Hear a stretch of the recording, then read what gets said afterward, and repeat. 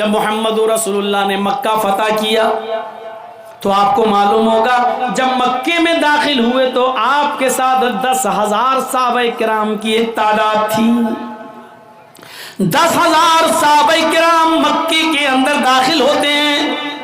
محمد رسول اللہ صلی اللہ علیہ وسلم مکے میں داخل ہونے کے بعد، مکے کو اپنے کنٹرول میں لینے کے بعد، مکے پر اپنا نینترن جمانے کے بعد، مکے پر قبضہ کرنے کے بعد، مکے کو اپنے ہاتھ میں لینے کے بعد آپ سب سے پہلے خانہ کعبہ میں گھستے ہیں. خانہ کعبہ میں گھستے ہی سب سے پہلے وہاں رکھی ہوئی 360 مورتیوں کو ہٹاتے ہیں. الرحیق المختوم پڑھیے شیخ صفی الرحمن مبارک پوری رحمت اللہ علیہ کی. آپ نے حضرت علی کا کاندھا چوائس کیا. حضرت علی نے اللہ کے نبی کو اپنے کاندھے کے اوپر سوار کر لیا. نبی اکرم کے ہاتھ میں چھڑی تھی. اللہ کے نبی خانہ کعبہ میں گھس جاتے ہیں اور جہاں 360 بت رکھے ہوئے تھے وہاں سے ایک ایک بت کو ہٹاتے جاتے، ایک ایک بت کو چھڑی سے مارتے جاتے. وہ بت زمین پر گرتا جاتا، ٹوٹتا جاتا. ایک ایک بت کو گراتے جاتے اور یہ کہتے جاتے ہیں جاء الحق وزهق الباطل ان الباطل کان زہوقا. حق آ گیا اور باطل مٹ گیا اور باطل کو تو مٹنا ہی تھا. حق آ گیا اور باطل مٹ گیا اور باطل کو تو مٹنا ہی تھا. میرے پیارے بھائیوں، یہ تھا جناب محمد رسول اللہ صلی اللہ علیہ وسلم کا سب سے پہلا کام. جب آپ نے خانہ کعبہ سے ان بتوں کو صاف کر دیا ہے اور خانہ کعبہ کو پاک کر دیا، رب کی توحید قائم ہو گئی، تو وہاں آپ نے پہلے 2 رکعت نماز پڑھی اور نماز پڑھنے کے بعد جب آپ صحابہ کرام کے ساتھ خانہ کعبہ سے باہر نکلتے ہیں، کافر ڈرے ہوئے. حضرت سعد کی زبان سے یہ جملہ نکل گیا، اے کافرو آج تیار ہو جاؤ تمہیں مارا جائے گا. اے کافرو تیار ہو جاؤ مرنے اور کٹنے کے لیے. تم نے ہمیں مارا، تم نے ہمیں مکے سے نکالا، ہماری زمین و جائیداد سے ہمیں بے دخل کیا، ہمارے بچوں کو تم نے قتل کیا، تم نے بہت ظلم کیے. آج انتقام کے لیے تیار ہو جاؤ. جنہوں نے ہمارے بچوں کو مارا، ہمارے بڑوں کو مارا، آج ہم ان کو بھی قتل کریں گے. تیار ہو جاؤ قتل ہونے کے لیے. حضرت سعد کی زبان سے جملہ نکل گیا الیوم یوم الملحمہ. آج کا دن تو ٹکڑے ٹکڑے کر دینے کا دن ہے. ملحمہ لحم سے بنا ہے. آج کا دن تو گوشت کے ٹکڑے ٹکڑے کر دینے کا دن ہے. آج کا دن تو بوٹیاں بوٹیاں کر دینے کا دن ہے. آج کا دن تو مارنے اور کاٹنے کا دن ہے. اے کافرو آج ہم تمہیں کاٹیں گے. اللہ کے نبی دوسری طرف بیٹھے ہیں، وہ کہتے ہیں نہیں نہیں اے کافرو تمہیں ڈرنے کی ضرورت نہیں ہے. سعد غلط بول رہے ہیں. آج کا دن کوئی ٹکڑے ٹکڑے کر دینے کا دن نہیں ہے. آج کا دن کسی کو قتل کر دینے کا دن نہیں ہے. آج ہم کسی کو نہیں ماریں گے، بل الیوم یوم المرحمہ. آج کا دن تو رحم و کرم کا دن ہے. آج کا دن تو عفو درگزری کا دن ہے. آج کا دن تو ایک دوسرے کو معاف کرنے کا دن ہے. آج کا دن تو ایک دوسرے کو گلے لگانے کا دن ہے. نہیں نہیں تم بے فکر رہو، تم اسی مکے میں رہو گے، تمہیں کوئی نہیں مارے گا. ہاں لیکن اپنے جرموں کی معافی مانگ لو. مجھے پتا چلنا چاہیے کہ کس نے کیا ظلم کیا تھا، کیا جرم کیا تھا. آؤ آؤ مجھ سے معافی مانگو، میں تم سب کو معاف کرنے کے لیے تیار ہوں. ایک آیا میں نے یہ جرم کیا، آپ نے کہا جاؤ میں نے تمہیں معاف کر دیا. دوسرا میں نے فلاں کو قتل کیا، جاؤ میں نے تمہیں بھی معاف کیا. ایک اور شخص آتا ہے، آپ نے کہا تم نے کیا کیا؟ کہنے لگا محمد اگر نہ سنے تو بہتر ہوگا. نہیں نہیں مجھے بتاؤ، آج میں سننا چاہتا ہوں. کہا اے اللہ کے نبی آپ کی بیٹی زینب اونٹنی پر سوار تھی، ان کے پیٹ میں حمل تھا، آپ مدینے میں تھے اور آپ کے داماد علی آپ کی بیٹی کو مدینے کی طرف لے کر جا رہے تھے. بیٹی زینب کے پیٹ میں بچہ تھا. میں نے تیر اونٹنی کو مار کر زخمی کرنا چاہا، لیکن غلطی سے وہ تیر زینب کے پیٹ میں لگ گیا تھا. زینب کا پیٹ پھٹ گیا تھا، اس کے پیٹ کا بچہ زمین پر گر گیا تھا، اور اسی حال میں علی اپنی سالی کو، آپ کی بیٹی زینب کو مدینے لائے۔ پیٹ کا بچہ ضائع ہو چکا تھا۔ جب زینب کو ہوش آیا اور اس کو پتا چلا کہ میرے پیٹ کا بچہ نہ رہا، تو آپ کی بیٹی زینب اس صدمے کو برداشت نہ کر سکی، ان کا انتقال ہو گیا۔ اے اللہ کے نبی، میں آپ کی بیٹی زینب کا قاتل ہوں۔ اللہ کے نبی کی آنکھوں میں آنسو آ گئے، فرمایا ہبار میری بیٹی کی یاد دلا دیا آج تو نے، میں نے ہی اپنے ان ہاتھوں میں اپنی بیٹی کو دم توڑتے ہوئے دیکھا ہے، میں نے ان ہاتھوں میں اپنی بیٹی کو لیا اور اس کی آخری سانسیں اسی حال میں نکلی کہ اس کو صدمہ تھا کہ میرے پیٹ کا بچہ ضائع ہو گیا۔ لیکن اے ہبار میں وعدہ کر چکا ہوں کہ کسی سے کوئی بدلہ نہیں لیا جائے گا۔ او میری بیٹی کے قاتل، او میری بیٹی زینب کے قاتل، جا اے ہبار، جا ہبار، میں نے تجھ کو بھی معاف کر دیا، اے ہبار میں نے تیرا خون بھی بخش دیا، اے ہبار جا میری آنکھوں کے سامنے سے ہٹ جا، میں نے تجھے بھی چھوڑ دیا۔ اسی محفل میں معافی مانگنے والی ایک عورت آتی ہے، نام ہے اس کا ہندا، کہتی ہے اللہ کے نبی آپ تو مجھے جانتے ہی ہیں۔ آپ نے کہا تم ہندا ہو؟ ہاں۔ اے ہندا تیرا جرم تو بہت بڑا ہے، میرے چچا حمزہ کا تو نے پیٹ پھاڑا، میرے چچا حمزہ کے قتل کے بعد تو نے اس کی ناک کاٹی، تو نے اس کا کان کاٹا، تو نے میرے چچا حمزہ کی زبان کاٹی، اور ان تینوں میں دھاگا ڈال کر تو نے اس کا ہار بنا کر اپنے گلے میں پہنا۔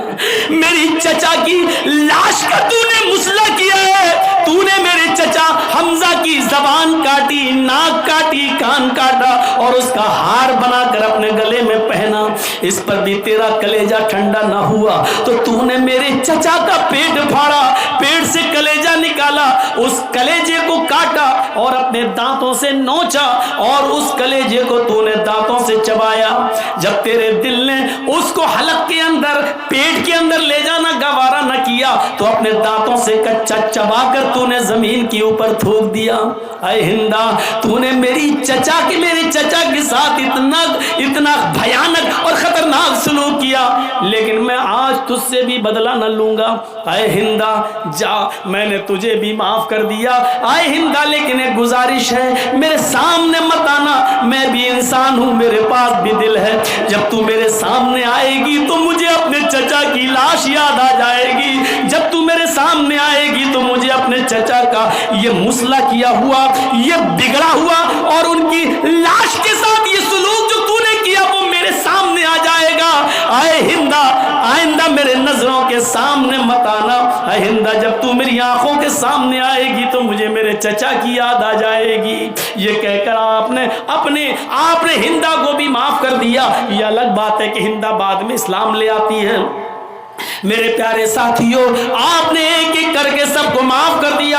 جب اللہ کے نبی یہ کہہ رہے تھے کہ آج میں کسی سے انتقام نہیں لوں گا، تو یہ 10,000 صحابہ اتنے سیدھے تھے کہ خاموش ہو کر کہنے لگے آپ کا فیصلہ سر آنکھوں پر، جو آپ نے فیصلہ کر دیا وہ مجھے تسلیم ہے، جو آپ نے فیصلہ کر دیا وہ مجھے قبول ہے۔ میرے اپنے ماں باپ کا، میں اپنے بیٹوں کا، اپنی اولاد کا میں بھی بدلہ نہ لوں گا۔ میرے بھائیوں، 10,000 گائے سے مراد ایسے 10,000 صحابہ جو نبی اکرم پر اپنی جان نچھاور کریں گے اور ان کے حکم کے آگے اپنے سر تسلیم خم کر لیں گے۔ یہ 10,000 گائے سے مراد یہ ہے۔ تو 100 سونے کے سکوں سے مراد اصحاب صفہ، 10 ہار سے مراد عشرہ مبشرہ، 300 گھوڑوں سے مراد 313 جنگ بدر میں لڑنے والے صحابہ، 10,000 گائےوں سے مراد مکے میں 10,000 صحابہ کا وہ لشکر جو جناب محمد رسول اللہ کے ساتھ مکے میں داخل ہوا اور اللہ کے رسول صلی اللہ علیہ وسلم کی بات کو تسلیم کر لیا۔ یہ پورا کا پورا منتر صرف محمد رسول اللہ پر فٹ اترتا ہے، پورا اترتا ہے، اس کے علاوہ اس منتر کے مطابق ہمیں کوئی نہیں دکھائی دیتا۔ جہاں تک ناموں کی بات ہے، پہلا نام محمد، تو لفظ محمد بھی ایسے ہی ویدوں میں آیا ہے۔ اگیان ہیتو کرت موہ مدانتھکارم ناشم ودھایم ہتدودیت وویکا، محمد بھی آ گیا۔ چلیے نراشنس اگر آپ کو پسند نہیں نام کہاں ہے تو نام بھی آ رہا، محمد